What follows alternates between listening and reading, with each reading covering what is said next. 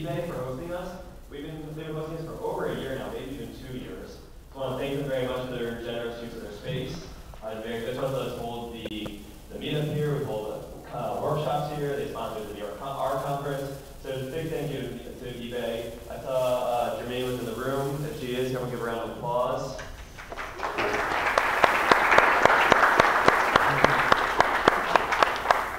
Thank you very much. The pizza today came from Rivoli. More specifically, Rivoli Brie down Hudson Street.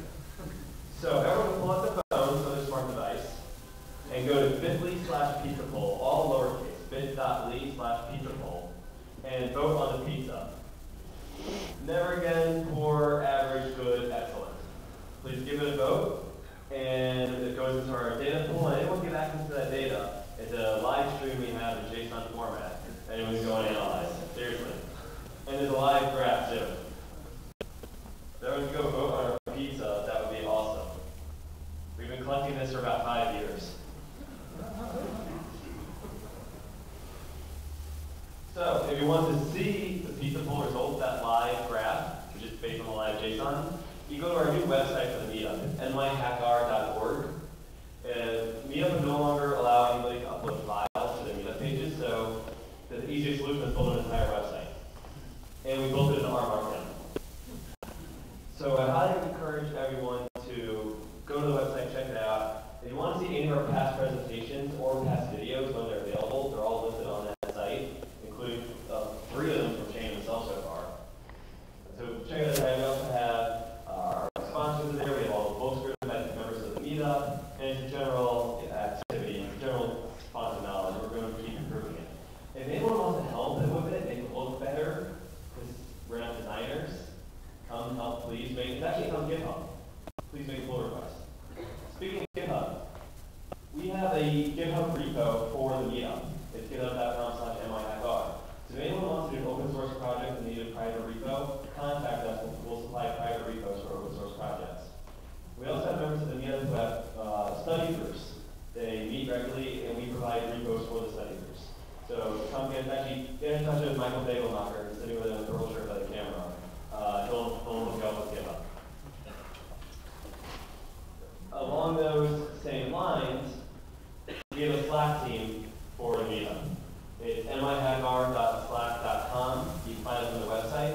And it's a place where we just talk about general events about R, or just R, something for the data science community.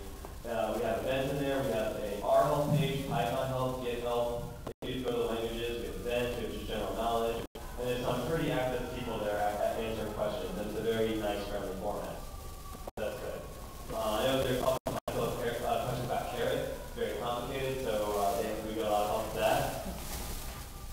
It's a great package. If you need help, go on that Slack channel and figure it out. Lastly, we are going to the bar afterwards. Seats available, please take it. We are going to the bar afterwards. Who knows where the bar is from last time? Oh. That's the best part of the meetup. Alright, so anyone who's interested in coming, it is Rye House. It is on 17th Street between 6th and 5th. 1.5 blocks down, 3/4 of an avenue over. Okay? That's Rye House. As we're leaving, we will round up people, we'll pipe it out of here. If you want to come to the bar, come to Rye House. Anyone else? Any last chance jobs? Any cool stuff? With that, I will turn this over to one of the very first members of the meetup. Were you actually there at the very first one, I think? Was that the second one? You said the second one, Slacker.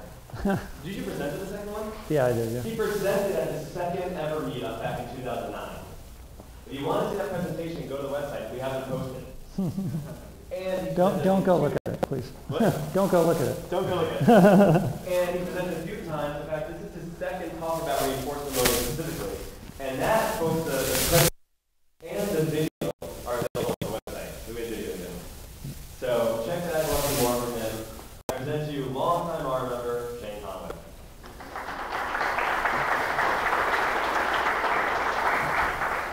All right, can everyone hear me?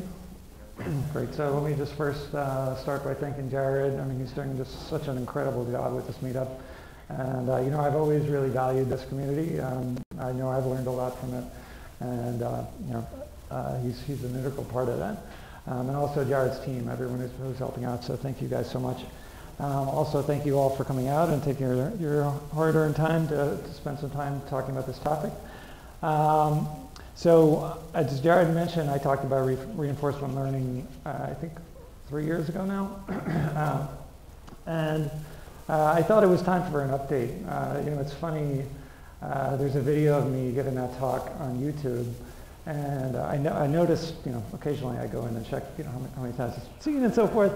And I noticed in one of the comments that someone said, "God, what an idiot! He said they're never going to solve Go." And then, a year later, needless to say, Go was solved. Now, in my defense, I definitely didn't say that, but in any case, I want to correct the record. Go has been kind of solved, and I'll explain what that means. But I also want to go through some examples of things that have happened since that time. So the talk is called the 10,000-hour rule, and that's kind of a play on Malcolm Gladwell's book. And the basic point is that with reinforcement learning kinds of problems, and a lot of these interactive problems, we're basically just spending lots of time trying to do things in very kind of silly ways or idiotic ways. And over many, many interactions, we're going to learn to become pretty smart. So I just wanted to start off with this quote from Elon Musk. I'm sure many of you have seen some of these things. So he's been at the forefront of kind of being concerned about AI. I find it kind of interesting because what I'm going to spend a lot of time talking today about is an organization called OpenAI. And Elon is one of the primary founders or funders for that organization. And yet he's also really worried about AI as a problem. So if you look actually at what OpenAI is trying to do, one of its main objectives is called safety. And basically what they're trying to do is find ways to build AI so everyone has access to it. There are no single individuals in the world, for instance, who have access to this, which might be considered kind of like a weapon of mass destruction. And they also want to build AI in a way that it's safe, so it can't kind of unleash on the world and do terrible things. So just keep that in mind as we go. This is the outline. I'm going to give a little background around why we're having this talk. I'll give some history of game playing. I'm going to go through some benchmarks for reinforcement learning. Then I'm going to very briefly describe what reinforcement learning is. I would encourage you to either look at my talk from 3 years ago or to look at some other talks which I'll provide in the references if you want to go deeper on that, because I'm going to do that fairly quickly. Then I'm going to talk about deep reinforcement learning. I'm going to discuss OpenAI and some of the algorithms that they're providing. I'm going to show a model that I trained on the game Pong, and then I'll provide some references. And feel free to interrupt at any point. Okay, so the whole point of this talk is really learning to play games. And the reason we're talking about this now, as I mentioned earlier, is there's this general concept of artificial general intelligence. And the basic idea is that we want to be able to train things on systems and just have them learn fully from the environment without any pre-programming at all. So, and not only that, we also want these things to be able, these agents, to be able to go from one environment and take what they learned there and apply it somewhere else. So the point of general intelligence is really just that you're learning things in environments and that you're not confined to those environments. You can apply that learning elsewhere. Human beings obviously do that naturally, but most reinforcement learning problems historically have had huge problems in taking what they learn and transferring it. So I'm going to review some models and some tools from DeepMind and OpenAI, which are two organizations that have just been a complete boon for this industry, in no small part because almost everything they're doing, they're open source. And that's just been a profound change in how things have been done. Just as another little bit of background on this, when you think about what progress has been made in AI and some of the models I'm going to discuss, in some sense, there's nothing new in what I'm about to show. So there has been a lot of progress in the last 3 years, but if you look at all of these models that I walked through, most of them were developed in the 80s, 90s, even before. And really what we're looking at are, what's new? Well, we've got a lot more computing power, and that's a non-trivial difference. So we can solve problems now purely just by computing. So for instance, recently limit poker was solved by a group from Alberta, and they literally just computed it. I mean, it wasn't anything super fancy going on when they solved limit poker. When they solved no limit poker, they had to do something more interesting. But in that first case, they were able to just purely solve the game just by computing. Another big innovation has been in data, and I'm going to walk through what I mean by that. But when we think about deep learning, a big part of what's been making progress there are just benchmarks that we have. We have competitions, lots of data sets for people to work with. And the same thing now is happening in reinforcement learning, just that there's a lot more data that people can work with that didn't exist before. Algorithms are definitely important. So again, I'm going to talk about some models that have been applied recently that are kind of state of the art. In many cases, they're really just taking models that existed before and combining them in different ways. And then lastly, just purely infrastructure. And a non-trivial part of that is just the code. So again, some of the things I'm walking through in terms of OpenAI that didn't exist a few years ago, it makes this kind of research so much easier to do. And it really opens up the community of people working on these problems. So those are all kind of things that may not be obvious at first, but they're significant to the advances that have been made. So as I mentioned, these are the things that I'm going to be highlighting I'm using tonight.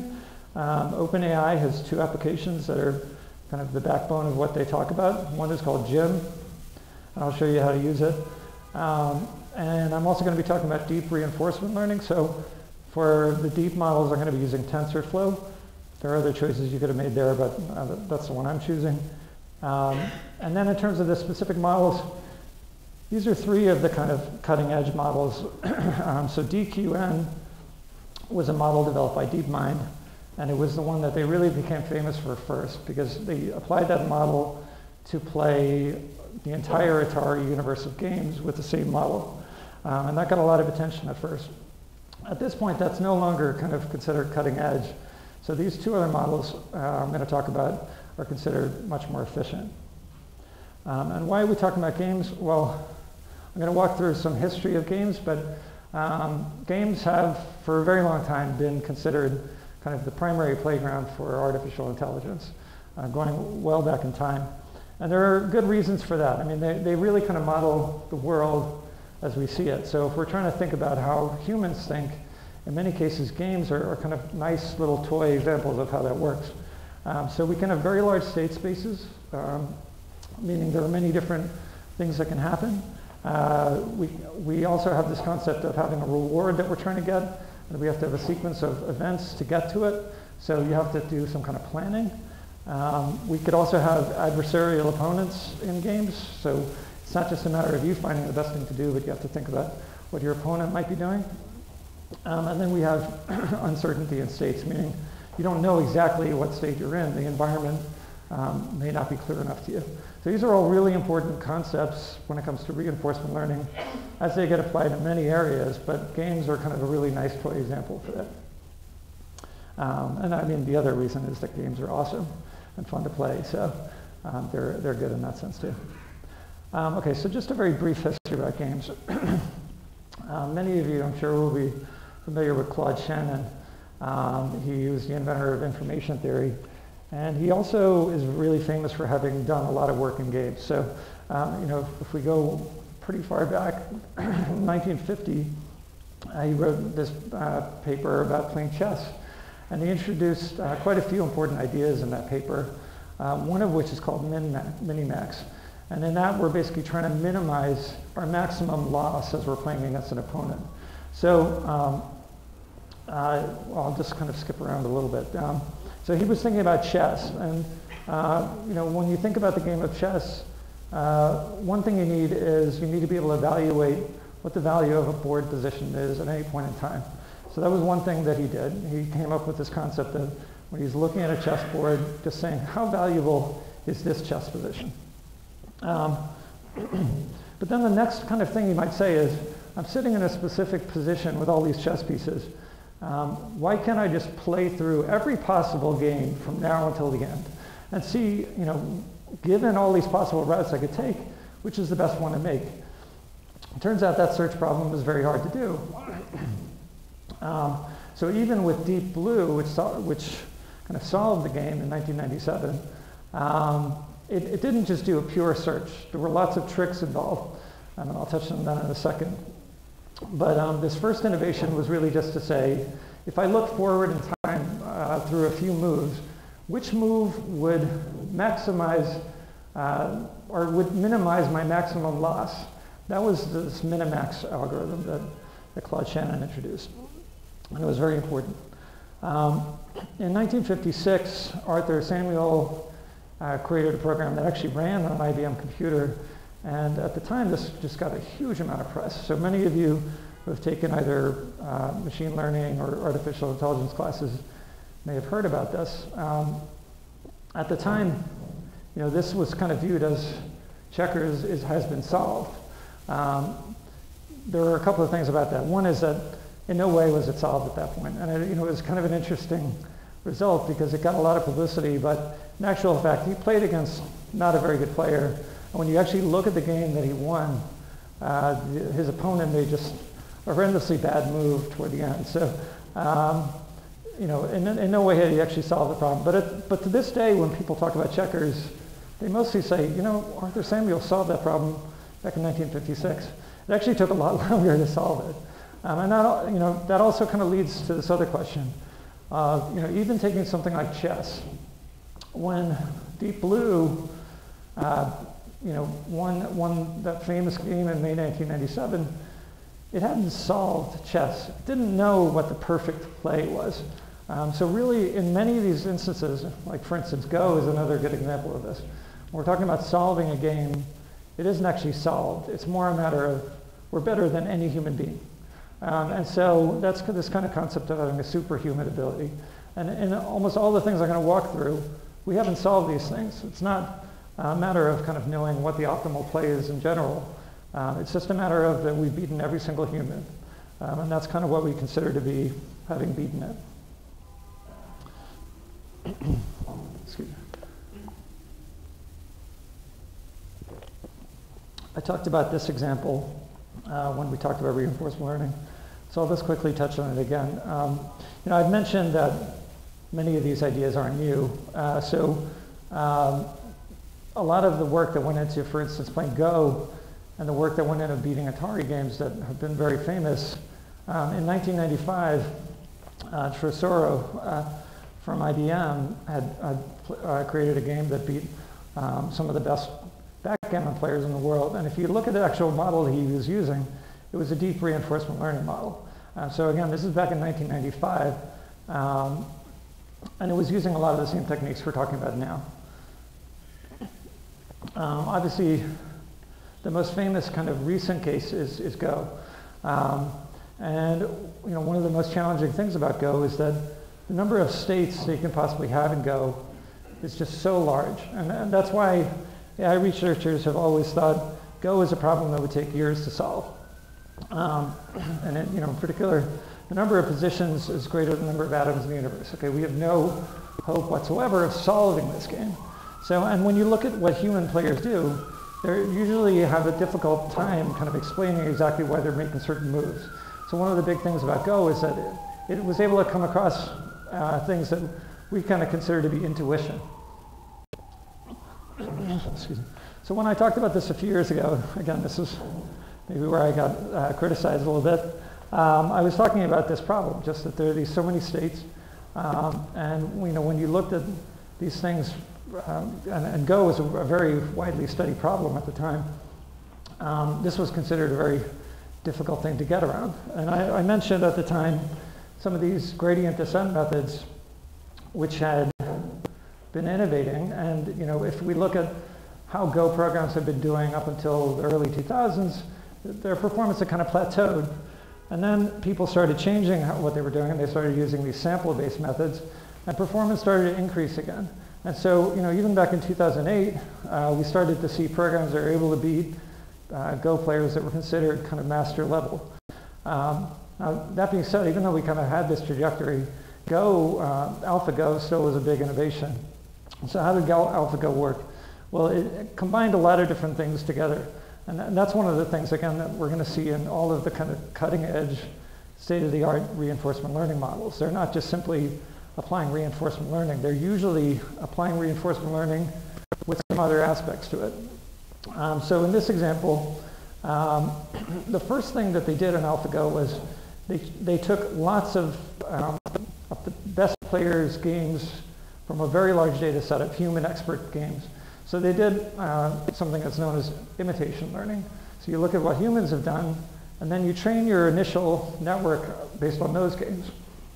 Then they did something else, which actually was what Arthur Samuel did when he was playing checkers, which is to say that they played against themselves over and over and over again.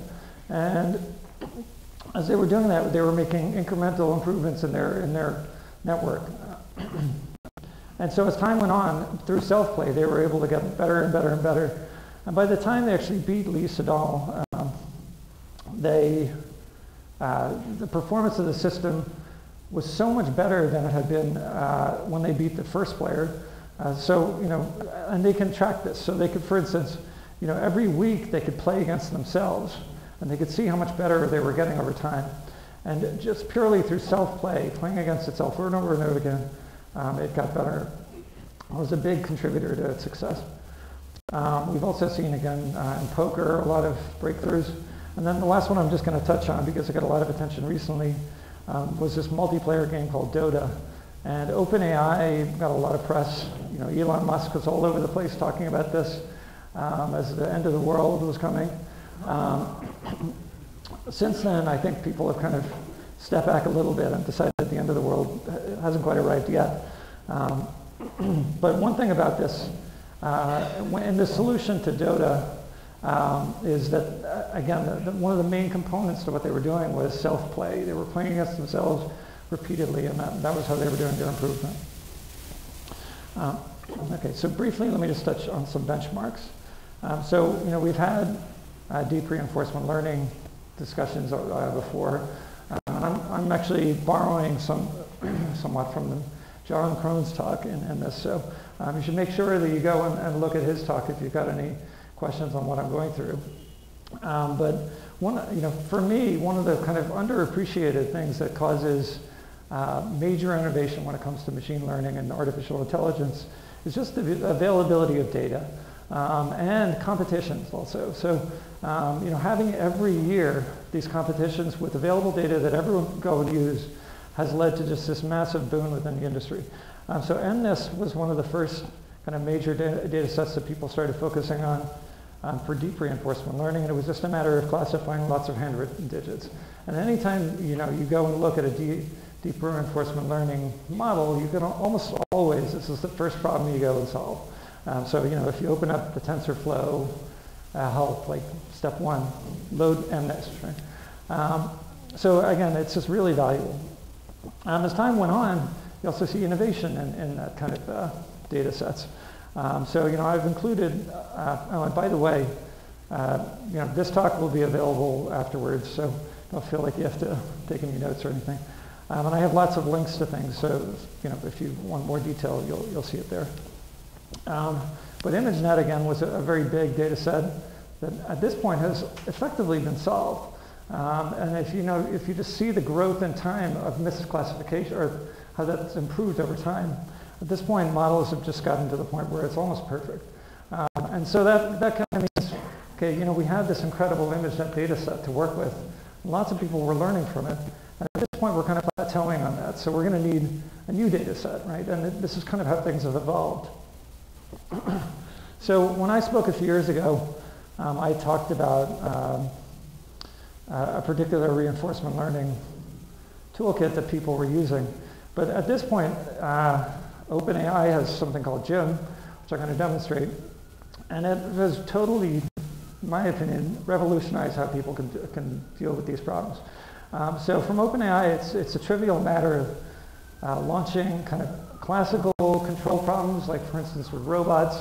I'll give an example of something called the cart and pole problem, which again is just a classic reinforcement learning problem, where you've got a cart and you're just trying to figure out how should you move this cart to keep a pole balanced, knowing nothing about it in advance.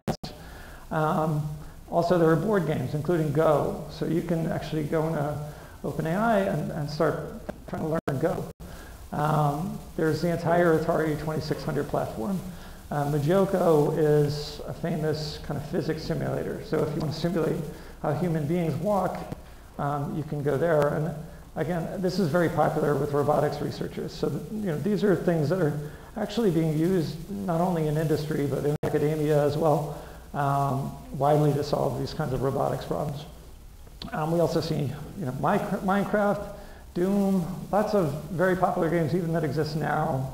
Like for instance, Dota that I was mentioning earlier is getting made available. And lastly, I just mentioned RoboSchool is another tool that was released by OpenAI recently. And one thing about kind of the original Gym platform that's not ideal from how a lot of these models are fed is that it's limited to a single player playing against the computer. What you'd actually like to be doing is a lot of self-play in many of these cases. So RoboSchool allows for multiple agents. So having multiple agent problem. Okay. Okay, so let's just talk very briefly about reinforcement learning. Okay, so this is a model of reinforcement learning. We have an agent, and you can specify that agent however you want, but we've got this cycle. There's an agent, there's an environment, and then the agent is going to take actions. The environment is then going to tell the agent a new state and reward. So we're going through this cycle over and over and over again where it's going to be interacting with an environment, receiving a state and reward. So if we just try to formalize this a little bit, and I'm going to keep the math really to a minimum, but I just want to give a little formalism. So again, what we're doing is we're in certain states, taking actions, receiving rewards, transitioning into other states. We're going to represent states by S, actions by A, and the rewards we're going to represent by R. I mentioned this in my last talk, but these symbols I'm using here are common to reinforcement learning literature. The other place where these exact same models popped up was in operations research. And if you look there, they use different symbols. So I think they use a U for actions and an X for states. Maybe someone can correct me on that. But in any case, the symbols are different, which is just kind of an unfortunate state of affairs. But if you look at those two literatures, they basically come up with the exact same thing, and they use different symbologies. The reinforcement learning literature, by the way, which is, I think, at this point, very mature, it kind of lagged behind operations research for a long time. So a lot of the kinds of problems I'm talking about, like robotics, for instance, were being solved pretty effectively by methods in operations research for a pretty long time, but they weren't using the same approaches we're using here, which is to say they're mostly not having this kind of like neural network or model-driven approach. For the most part, what they were doing was they would take states and they would model the states really effectively. So they would put a lot of work into coming up with basically feature engineering, trying to make those features really informative and useful, and then running a model. What we're doing is a little different. We're not trying to put a new structure on the problem. Just to relate reinforcement learning to problems that some of you may already be familiar with, many of you will be familiar with Markov chains. So the most common reinforcement learning problem is called a Markov decision process. And a Markov decision process, MDP, is different from a Markov chain in just that you have these control over transitions. So let me just walk through what that model looks like. So Markov chains are very straightforward. We just have one state, we transition to the next state. And the key point about the Markov chain is that it has this thing called the Markov property, which is just to say that the probability of being in a certain state at a next time interval is not dependent on the full history of states. It's only dependent on the immediate prior state. That's known as the Markov property. We're going to make use of that here. But the key point is just that when you go from one state to the next, there's no relationship. You don't need to know when you're in state 3 here that you were in state 1 before. All you need to know is that you were in state 2. So a Markov decision process adds a little bit to this. We still have this transition between states, And you still have this Markov property. So we only need to know what the previous state was. We don't need to know multiple states back. But what are we adding? We're adding the fact that we're not only in a state, but we're in this state and we're going to take an action. And given that action, we're going to receive a reward, and then we're going to transition. So there's this flow to it. We've got these extra components. The other thing I would just mention, and for the sake of my talk, it's not very important, but some of you will be familiar with hidden Markov models. In those models, you don't know the state. You only get some kind of noisy estimate of the state called an observation. And we have an analog in reinforcement learning called the partially observable Markov decision process. And this was important when we were modeling, for instance, poker, where you don't know what the other hands are. You kind of have some concept of what people might be holding. So in that case, again, rather than knowing what the state is, we just have an observation of the state, but everything else remains the same. Okay, so here's the main piece of math, and again, I'll try to move through this quickly so we can get on to actual applications. But what are we trying to solve in a reinforcement learning problem? What we're trying to do is maximize return. So again, we're taking actions in a given state to move into another state, and over time, what we want to do is maximize our return. Again, if you're in operations research, you talk about minimizing loss instead of maximizing return. So it's just a slight, it's literally just you take the negative of the loss and you get to the positive return. But we're a little more optimistic in reinforcement learning. So we have this concept of a value function. And again, many of you may have seen dynamic programming before. That's all we're talking about here. Okay, so we have a value function, and that value function basically says, given a certain state, what's the value of being in this state? So again, you could think about the chessboard. There are all these pieces on the board. Given that I have these pieces in this board, what's the value to me? What's my chance of winning the game? And we have this term here, which I'll talk about more in a minute, pi, and that represents what's known as a policy. So the policy just says, I'm in this state S, and then I'm going to take a sequence of actions until the game is finished. So you could just think about kind of completely rolling out the rest of the game from where I am now until the end. What's the value of this thing? And what's the value of this thing? It's the reward I receive right now plus the reward I receive in the next state I go into, plus the reward I go into the state after that, and so forth until the end. And again, we're talking about this for a specific set of state transitions. And then we're adding in one other term here, which is a discount factor. And that helps convergence in these problems. In many cases, without that discount factor, it'll never converge. And another aspect of this, these are optimization problems, and they can be over very, very noisy kind of surfaces. So one big problem that people run into is you can often, depending upon how you do these problems, you can end up in kind of local minimum or local maximum, depending upon how you define it. So this discount factor is crucial. And one of the innovations, again, that leads to how we can solve these problems is just redefining this value function in terms of this thing called the Bellman equation. And it's really just the same thing. We're just saying, what's the reward for a given state, assuming I follow a certain policy, and what's the value given the reward I receive right now plus all the future rewards. And this T term basically says, what's the probability of going from one state to the next? This again would just tell you exactly what the value of being in this position is. This Q function, which when I talk about deep Q networks, will come important. So Q is really just the exact same thing as V with one addition to it. So we're saying not only am I going to follow this policy to the end, but I'm following this policy from the state right now and taking a specific action, A. So that way, if I'm in a state now, I could take however many different actions. If I'm in chess, for instance, I could move one pawn, I could move some other piece, and it'll just tell me what's the value of taking that one action and then following the policy until the end.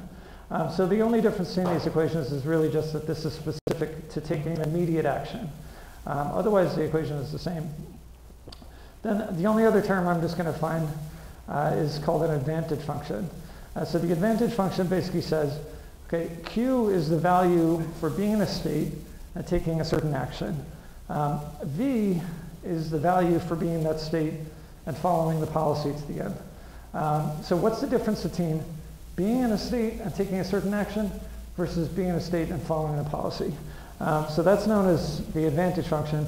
And we're going to use that in one of these models. And the basic idea is if a certain action in a certain state adds more value than another one, then I want to kind of lean more in that direction. So I'm going to give more weight to those certain actions. And what are we trying to learn from this whole thing? So the objective of reinforcement learning is to maximize value or return. But that's given a certain, at the end, we're going to result in a policy. And the policy, you can just think of as like a table. I'm in a state, I should take a certain action.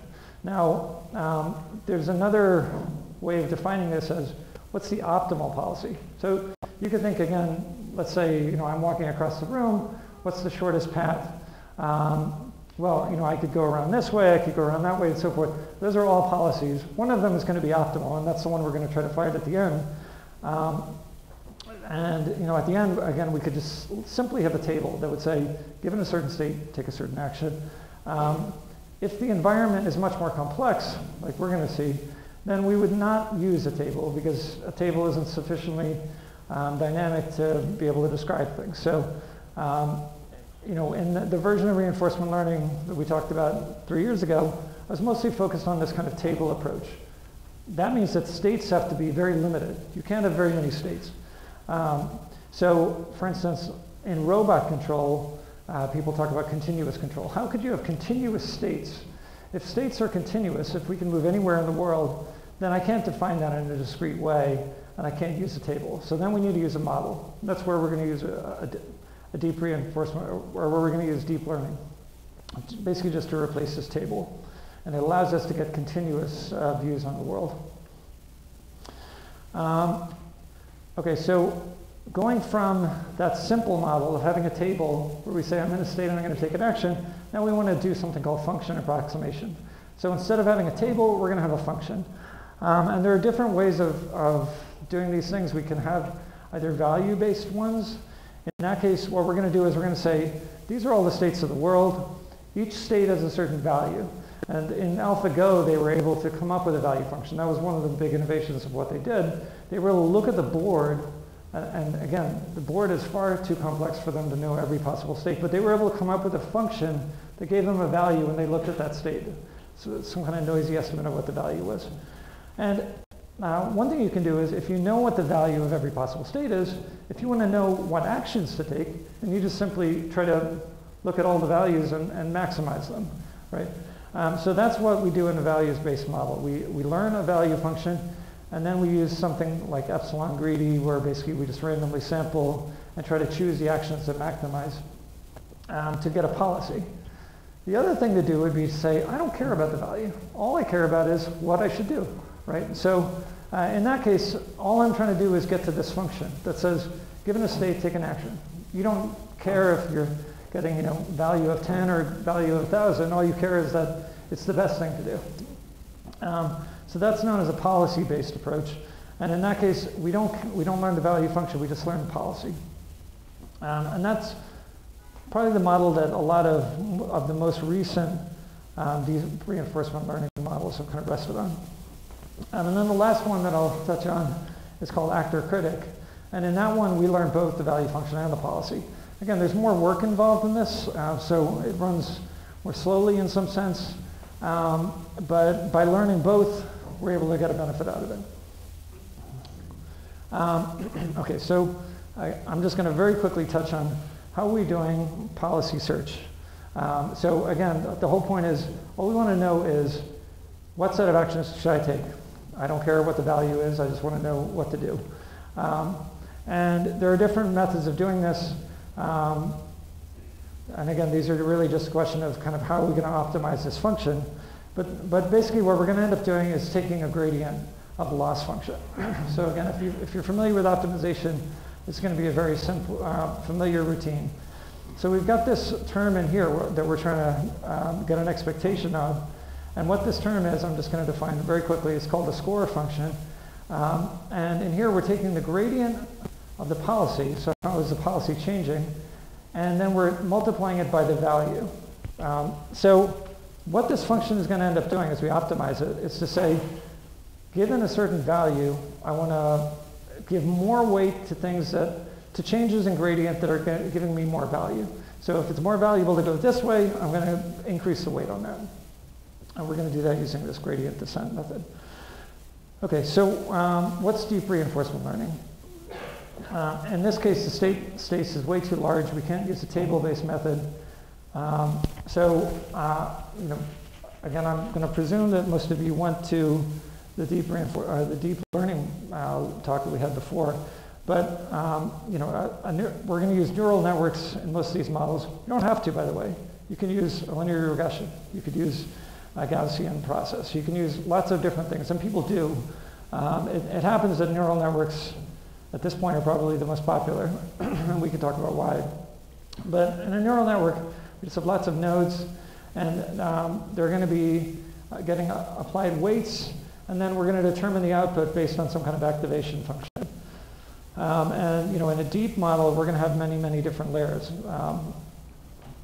When John gave his talk, he included this slide, and I think it's just kind of an important point to make, that one of the big innovations in deep learning, particularly with image classification, is not only that these networks are becoming more structured, so that's important. Like for instance, now we have convolution networks, which I'll show you in a second, but also they become deeper and deeper and deeper. And by becoming deeper models, we're able to learn more complex structures. This is just two pictures of deep neural network models, and just one point I just wanted to make about this, which is that when you look at a lot of deep learning models now, for instance, convolution networks, what they're often trying to do is look at something where, again, you could imagine like the state space is too large. You're looking at all these pictures, lots of pixels.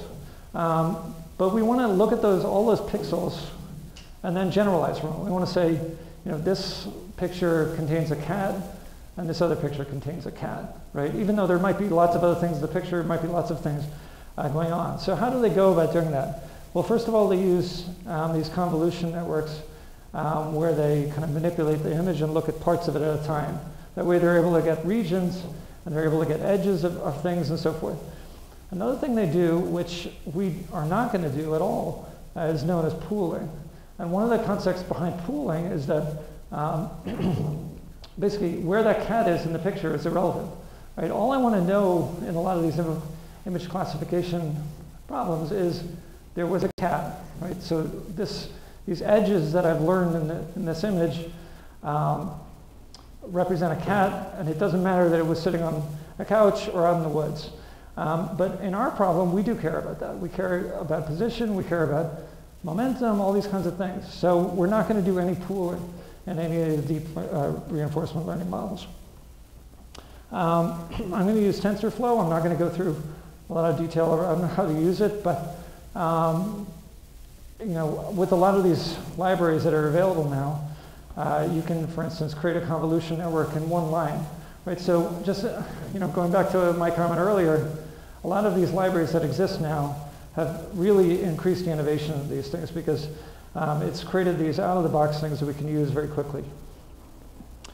Okay, so the first model I'm going to talk about is called deep Q networks. So earlier we looked at that Q function, and effectively in a Q learning model, we're going to take that Q function and we're going to use a Bellman backup, right? So we're just going to try to iteratively learn that value function. And given the value function, we're then going to learn what a policy is. One innovation that DeepMind introduced into this was that not only did they do this Q network, actually I have a picture of it. So, a couple of things. One is, first of all, they did convolution neural networks. So, they didn't, for instance, have some model of the environment to begin with. They just simply had pixels that they were looking at. Okay, so when you're thinking about image recognition and so forth, they took the same kind of model and they did convolution. They didn't do pooling, as I mentioned before. And then once they'd gone through convolution to kind of try to reduce the state space of the image, then they had some fully connected layers, and that was where they were learning. Basically, you can see what they were fitting on was the action to take. So you can think of it this way. As they're going through this deep neural network, the first stage is they're just simplifying the image to try to come up with a smaller state space. And in the later stages, they're then fitting what action to take, what action gave the most reward. And in a minute, I'm going to actually run a DQN model, and we can talk about it in a little more detail. The next model I just want to talk about is known as A3C. And this is an actor-critic method. So I mentioned actor-critic before. In that case, we learn both the value function and we learn the policy. And by doing both together, we're able to actually, we're actually able to do things more quickly. It takes up more RAM and so forth, but it's able to move more quickly than a Q learning model. So let me just quickly distinguish policy gradient from actor-critic. So I mentioned earlier policy gradient, and I had this score function. In the advantage actor-critic model, which is what we're doing in A3C, and A3C, by the way, stands for asynchronous advantage actor-critic. It's a bit of a mouthful, but I'll show, again, what's different about that versus advantage actor-critic in a second. But here again, we're just taking the gradient of this last function. And really what we're doing is, in this case, this value function has been replaced by the advantage function. So I mentioned earlier what the advantage function is. It's just the difference between a Q function, which is the value for being in a state and taking an action, and the value. So what this ends up doing is basically saying, this policy improves my value by a small amount. So we're modeling not only the policy, but also the advantage. And this is what the asynchronous part of this added in. So in A3C, which I'll show you, I ran this, and it performs quite well. It has multiple instances of the advantage actor-critic running in parallel. And then it has one global network, and it takes each of the results from the independent ones, and it updates the global value. And again, within this thing, we've got a neural network for the policy and for the value function. So we're learning both, and it causes it to run more quickly. And then the last one I'm just going to mention, because this is kind of, at this point, from the deep mind standpoint. By the way, all these models are from DeepMind. And not only are they publishing the papers, but a lot of the source code that they use in the paper is also on their website, which I've linked to. In neural episodic control, the big innovation that they're tackling there is, if you look at DQN, the number of instances that we have to run through is very, very large. So I think they basically ran these models to play Atari games for 38 days straight. And when you think about human beings, we don't need that many interactions. So this is kind of one of the big problems that reinforcement learning researchers are focusing on right now. How is it that human beings can play a game like Pong and instantly know what to do? You can learn after one single play what to do, but we have to play for 38 days, even with a pretty sophisticated deep reinforcement learning model. So neural episodic control is using some very cool research about how the brain functions to learn from single instances. So what this does is it keeps a memory of every single, it keeps a memory of as many states and actions as it can keep in memory. And if that memory overflows, then it simply gets rid of the oldest ones. And so what it does is, if you think about Pong, if you saw the ball moving a certain way and a certain thing happened, you would just look up what was the thing that happened last time that happened, as opposed to kind of generalizing what's happening, like when the ball is moving a certain way, you say specifically, in this instance, when the ball moved that way, what happened? And so by kind of recording some limited memory, it's able to learn from single instances. And so, again, when we look at how things have evolved, this is substantially faster than the earlier model. Okay, so how can we actually run these things? So this is where OpenAI comes in. And they've released a number of tools. What I'm going to focus on is called Gym. Universe is kind of an extension of Gym. It allows you to do lots of more environments, including things that are run, even through the web. So you could have some environment that's on a website, and you could run it through Universe. So it's a very flexible environment for being able to add things. RoboSchool is something I released recently and allows multiple agents to interact. And then baselines is something I'm also going to touch on, which I think is just awesome. So in baselines, not only have they taken all the Atari games and made them available to us, but now they've also taken all of the cutting edge models and they're making them available too. So if you want to dig into this further, I strongly encourage you to go look there. The models I was discussing earlier, some of them are in baselines right now, and you can go in and look, and they're very nice implementations. In terms of kind of making reinforcement learning kind of out of the box, they're going a long way toward that. So how does OpenAI work? It's very straightforward. So the first thing is you've got some kind of environment that has to be predefined. Maybe that's the hardest part of this whole thing. I mean, if you want to apply this in your own work, you need to define an environment. And that, frankly, is where a lot of the challenge comes in. But if you want to study a model, then you can use any out-of-the-box environment. You could play an Atari game, you could use a robot, whatever it is, and you can work on those models. So I'm not going to go into too much detail around how to make an environment, even though even the interface for making an environment is pretty simple. But actually applying these problems in your case could be difficult. And again, maybe later on over beers we could talk about how you do that, but because that's a great topic for over beers. So the first thing you do is you make your environment.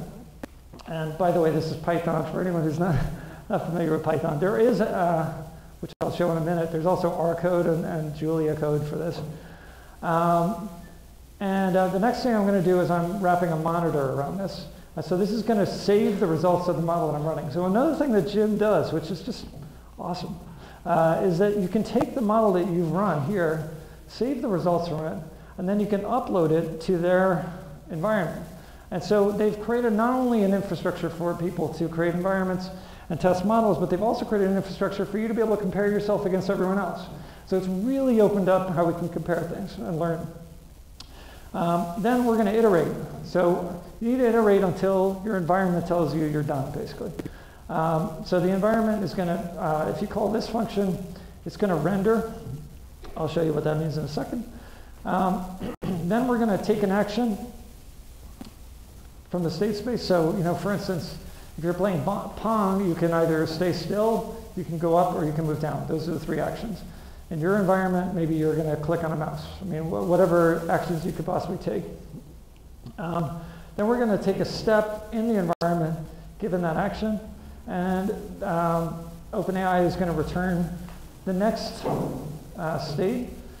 Again, in this case, we're referring to it as an observation because when we're talking about Atari, for instance, mostly, we're thinking about observations because we're not clear about what state we're in because the state space is so large. So really, we're approximating what the state space is through this neural network. So it's going to return what the next state is. It's going to return a reward for taking that action, and it's going to tell you if you're finished.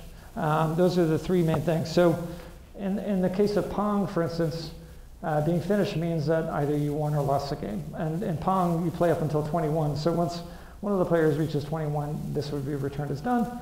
And then you could reset the environment and go again. Okay, so you can keep on going until maybe this converges in some way. Now the part that that's really abstracted away in this simple example is this line here, right? In this case, I'm just taking an action randomly.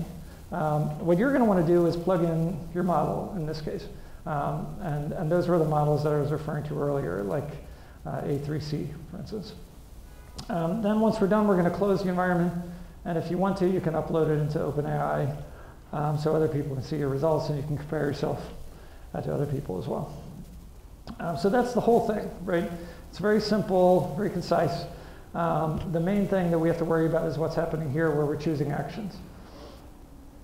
I mentioned baselines earlier. I'm going to give an example of how that works in a second. But in baselines, they've implemented a few of the most cutting-edge models, including DQN. And also in baselines, I don't know how to zoom, but I'll just tell you what this shows.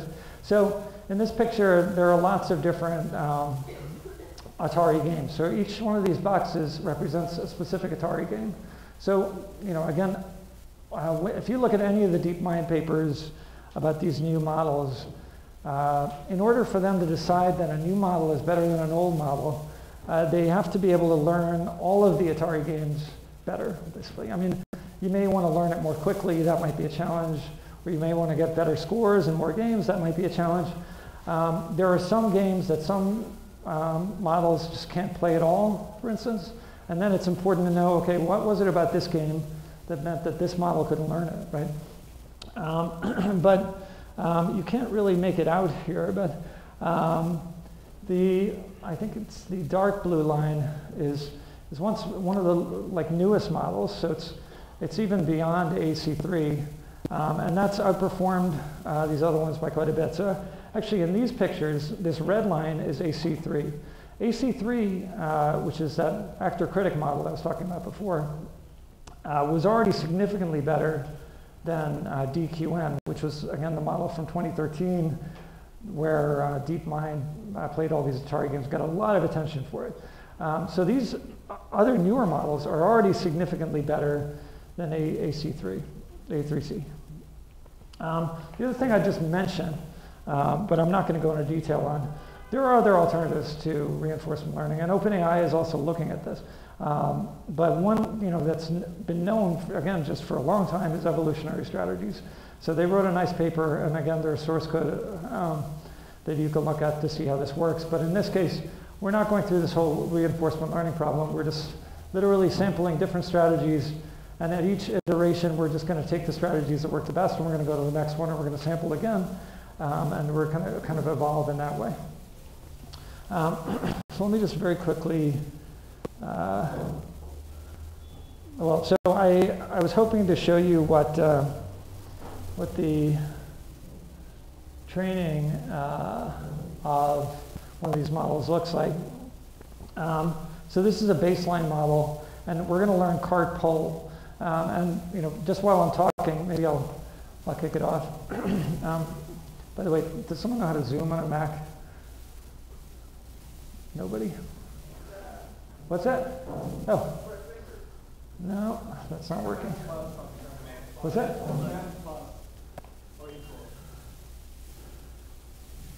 Huh. Very good. Okay.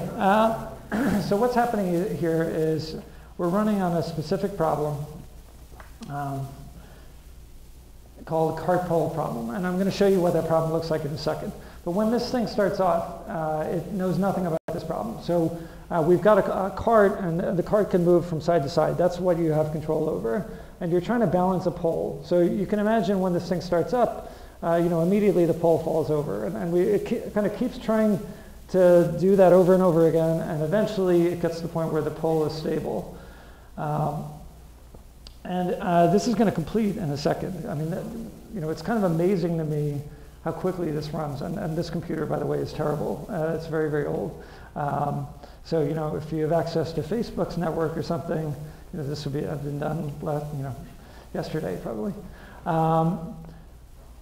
But what I'm running here right now is we're doing this cart pull problem. We're stepping through all those episodes like I was just showing in that OpenAI environment. And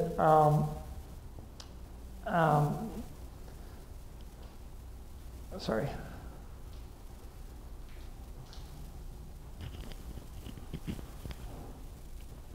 And after each instance, this is doing DQN. So it's got that Q network, which represents the policy and the value. And And we're going to be fitting that model based on, again, in this case, we're just looking at pixels. We can't see the pixels yet, but in a minute I'll bring it up. Okay, now while it's running, I'm going to keep moving, and we'll come back to this and I'll show you how it's learned to balance this pole. Okay, so let me try to wrap up relatively quickly here. Okay, so the last thing I'm just going to walk through is I'm going to literally step through playing Pong. And I'm going to do it using a model from Andrej Karpathy, who's now the head of AI at Tesla, but for a long time was teaching AI at Stanford. And you know, I'm not going to walk through every line of code, but this is literally, I think, 120 characters, or sorry, 120 lines maybe of Python, and it doesn't use basically any external libraries except Gym. So we're going to do a deep reinforcement learning model from scratch, and we're going to learn Pong. Now, and then I'm going to show you the difference between that model, which is pretty cool, to A3C, which I ran, you know, which is a little more involved, just in terms of how well it performed. Okay, so Pong you're familiar with. You know, if you've played ping pong, exact same rules. We've got two paddles, one can move up or down. We're playing against a computer in this case, and you get a point every time the ball exits the screen. So, you know, we're going to be on this side, and our opponent is going to be over here, and once we get to 21, the game is over. So we're going to play the game over and over and over again, right? I think in the DQM one, they played maybe 200 million games or something like that. So, you know, a lot more than a human being would be willing to do, obviously. Now, what's the structure? So again, just going back to reinforcement learning, we're going to get a reward every time we win a game, a +1, and every time we lose a game, we're going to get -1. And what we care about is long-term value, so we're going to sum up all of those rewards, and if we get to 21, +21, that would mean we've won, -21, we lost every single point, and over the long run, we care about how many games are we winning, right?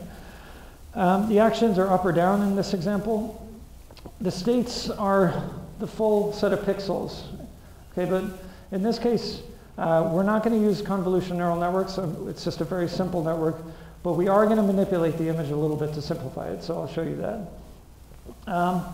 And then, yeah, so that's exactly right. So we're going to take that full set of pixels and we're going to reduce it down just to be 80 by 80, and we're going to feed that into our network. And this is, you know, like a picture of basically what we're doing. We're taking these raw pixels, we're going to feed them into a neural network.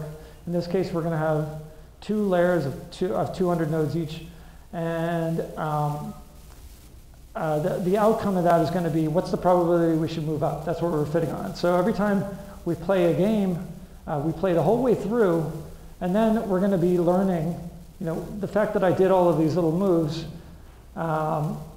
you know, given certain states, I moved up or down, and that led to a reward or not. So it's, again, if you think about this problem, it's really kind of incredible that it works, right?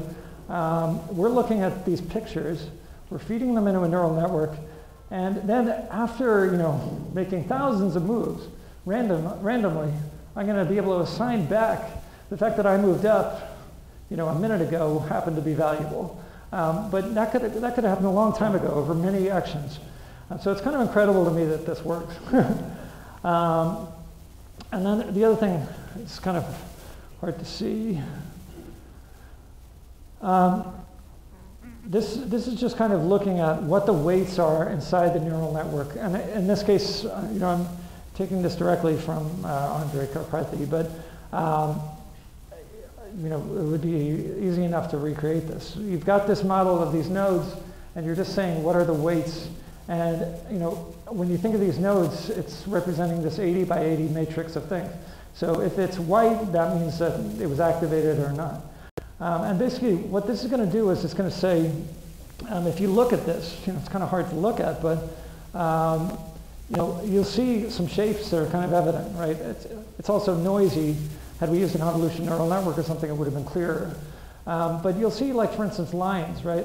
This means that if the ball was in any of these places, that this node in this neural network would have fired, right? Which would have kind of cascaded and said, okay, I should move up or down, whatever it is. So that's kind of what's going on within the neural network. You're modeling this entire state space just using this neural network.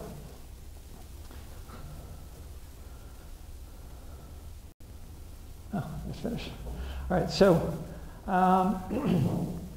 so this is what the cart pull result ends up looking like. So again, if I showed you this picture at the very beginning, it would have literally just been,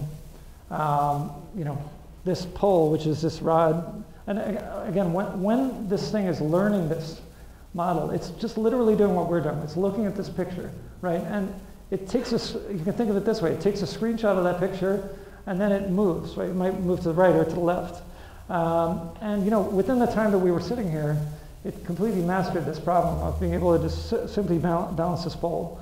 That's a very simple example, but every single time now it can just kind of keep balancing that pole forever.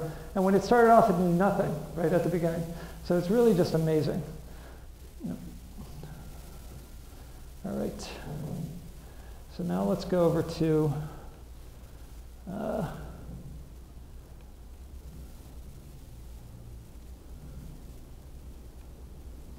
I'm going to run the Pong example. And thank you guys all for bearing with me. We'll wrap this up quickly. Okay, so here's the code. And by the way, not only this, but a lot of other examples that I'm not going to walk through are up on my GitHub account. And that link will be in the presentation, so you'll be able to find it. Okay, so this is just slightly adapted from Andre's example. So let me just quickly walk through a little bit of this. Again, if you want to go into detail, feel free to pull the code apart yourself. But you'll see here I'm importing some functions at the very beginning. The only thing really that's kind of unusual here in a sense is Gym. I'm not importing Tensorflow. I'm not using anything too sophisticated. Everything here is just done out of the box. Here I'm defining a few different things related to the gradient descent model. So we're going to do stochastic policy gradient. So we talked about that model earlier. Basically, what we're doing is we're kind of going through and looking at a policy of moving up, down, and so forth. And it could be just completely random to begin with. And then we're going to be saying, as time goes on, we're going to say, okay, given that I took a certain action, how much more valuable was that action than the value that I already know about? And I'm going to be kind of incrementally moving my weights in that direction. That's what policy gradient is doing. These functions here this is just discounted reward function. I showed that earlier in terms of just summing up the rewards and discounting them with that function. Here we're going to be moving forward through the neural network. And by the way, the neural network is here. I mean, it's literally just a dictionary with some values. And we're going to be randomly initializing it. So we have 2 layers of weights. That's all that's required for this. This is a sigmoid function for whether the neural network is going to activate. We're going to be doing this walking forward through the network to get an action. So at each state I'm going to show you, we're going to be kind of getting what our current state is. We're going to be walking through the neural network to say what action we should take now, given what we know already. And then we're going to take that action. We're going to see what happens. And then at the end, we're going to do this backward iteration to try to update the weights within the neural network. And that's what this next function is doing. It's doing a back pass through the neural network. Okay, so this should be familiar. Here we're initializing the Pong environment. Again, you could have thought of any Atari game and plugged it in here. The only change I would have had to make for this is, well, first of all, 2 layers with 200 nodes may not have been the right model for another game. It may have been insufficient to learn some games. It happens to work in Pong, which is a pretty simple game.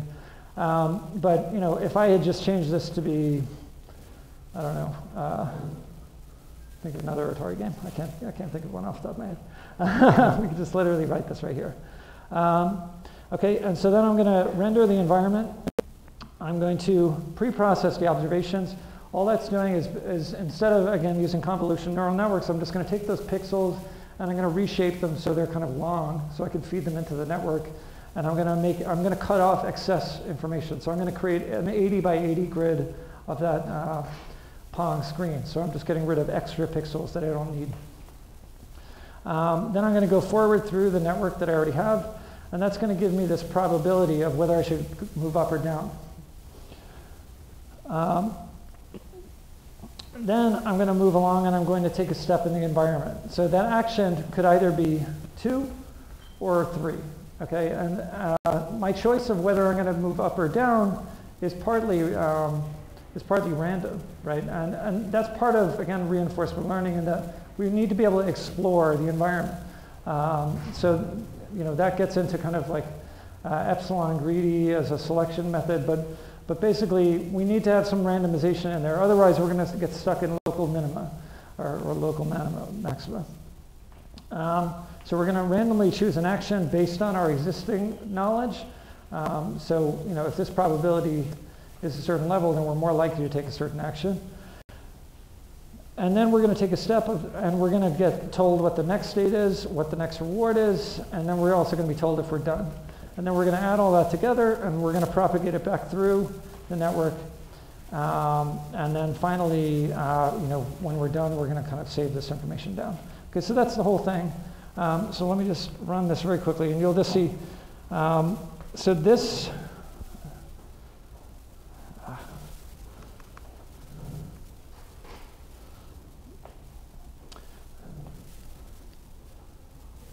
I can't zoom on this. All right, you're going to have to use your imagination. For those of you in the back, apologies. I don't seem to be able to increase the size of that. But let me just talk briefly about what's happening here. So first of all, I trained this model for 3 days, just running it on my computer. Now, I'm going to show you a different model in a second that I ran for 8 hours, and it converged to perfect play, meaning that effectively every time it gets 21, meaning that it gets every single point. This model, which is pretty simple, is, I think, getting an average reward after 3 days of about 0, meaning that you know, it's basically tying, right? Sometimes it wins, sometimes it loses. But it's not dominant in any way, shape, or form. And it's also kind of able to play okay, right? I mean, when I started this, again, that paddle was just moving around completely randomly. And it was getting completely destroyed, right? It was 21-0 every single time when I started up this process. And now, you know, we can actually sit here and it's kind of like semi-entertaining to watch, right? Because you kind of root for the green guy. You know, sometimes he wins. And you know, we could sit here and watch this all night, but we won't. Now, just to quickly wrap this up, so this ran for 3 days. It's a very simple model. When I ran the A3C model, I ran that, and within 8 hours, here I'm using Tensorflow, and it had converged. And it, you know, what this shows is from Tensorflow.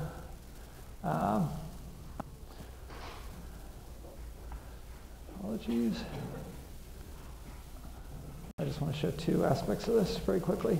So first of all, when it started playing at the very beginning, you'll notice this shows how long it took to play the game. And at the very beginning, it took no time to play.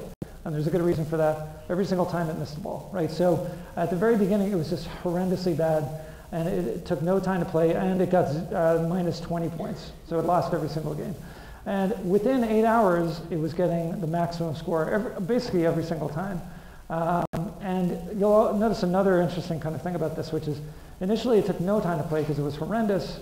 Then it took a fairly long time to play because it was kind of playing with the computer on relatively equal terms. And then it started to take less time, and that was because it was just dominating, right? So, you know, and again, this is a really bad computer. And it was able to just crush Pong within 8 hours using this A3C algorithm. So it's a big advance over what we had in the past. Okay, so let me just wrap up. And again, I'm really sorry for this taking so long. So at the end of this presentation, I walked just through, you know, some code examples that are available, including, you know, I mentioned there's R code, so you can get all those gym functions are available in R. They're also available in Julia. And then lastly, there's some great code examples out on the web.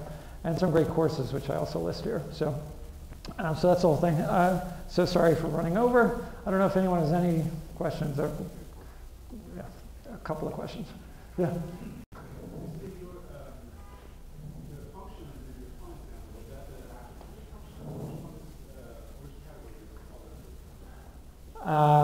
Which kind of model is it?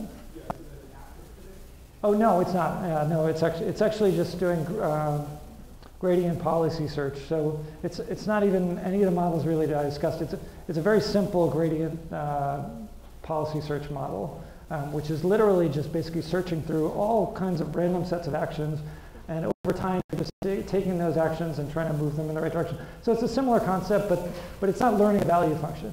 So that's what's different. Yeah, yeah, and again, I'll include the link in the talk, and maybe Jared can include it when he sends it around. Yeah.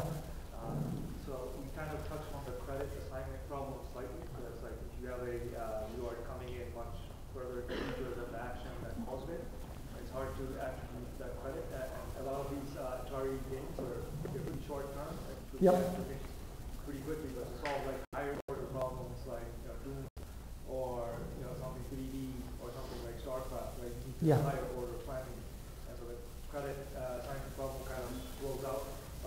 Is there any research trying to tackle that at the moment? Like, what's the next step there? That's a great question. The question was basically how do you deal with problems that have kind of credit assignment problems, right? Where it might take many. So in these examples, the number of actions you have to take to complete an episode is not that long. I mean, it is still kind of off in the future, but in some other games, it could take forever. So one way to address that problem, like for instance, Mario Brothers has basically been solved. I mean, I don't know how complex that is compared to like Doom, for instance, or something else.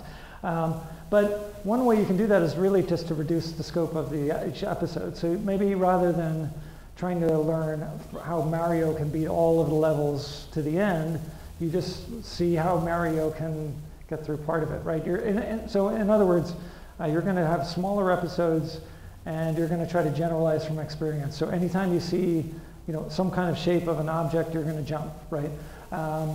Same thing could be applied to most of those games, I think, in the sense that even though it could be a very long time before you reach an end state, you're really just trying to generalize what kinds of things are you doing throughout the course of play, and you could do that in a more combined way.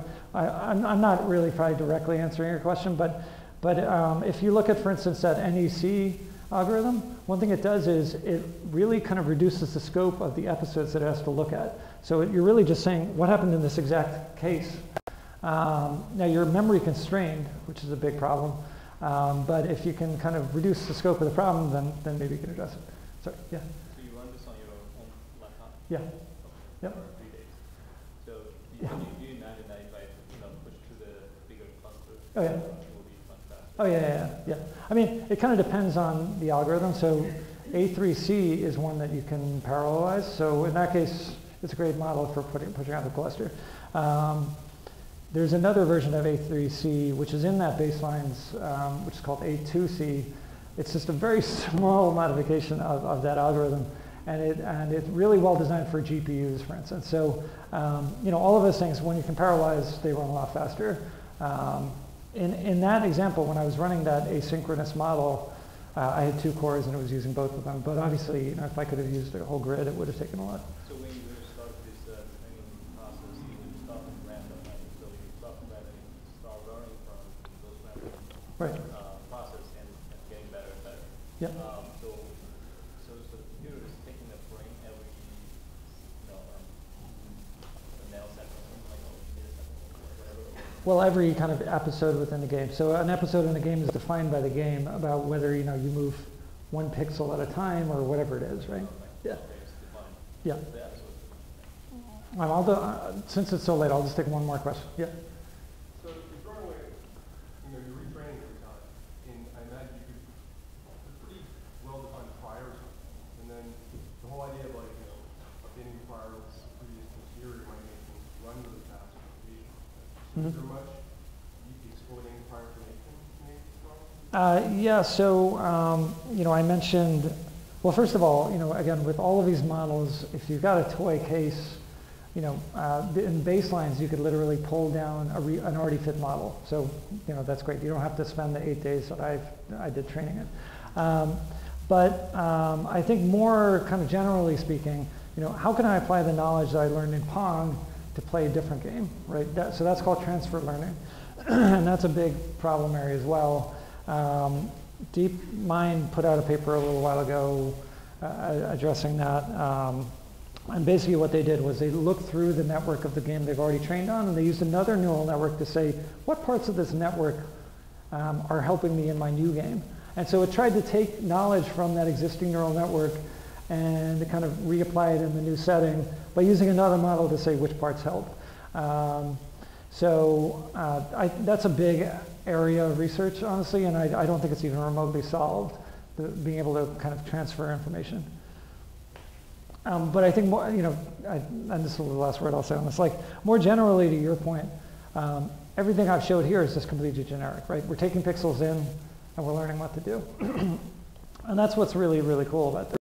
On the other hand, when you're out in the real world, you don't have to do that, right? I mean, you can program information about the specific problem you're working on, and that's going to improve what you're doing. So if you have some prior about, how a certain environment works, or physics information, for instance, if you put that information in, it's going to perform much better. And then in the real world, we have to do that kind of thing all the time. You have to put information that you know about the environment in there if you really want it to perform better.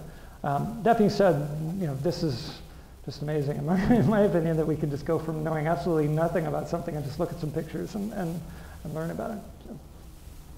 All right, so if anyone has further questions, you can always correspond with me. Otherwise, I will be going out for drinks, and I'd love to catch up then. Thank you.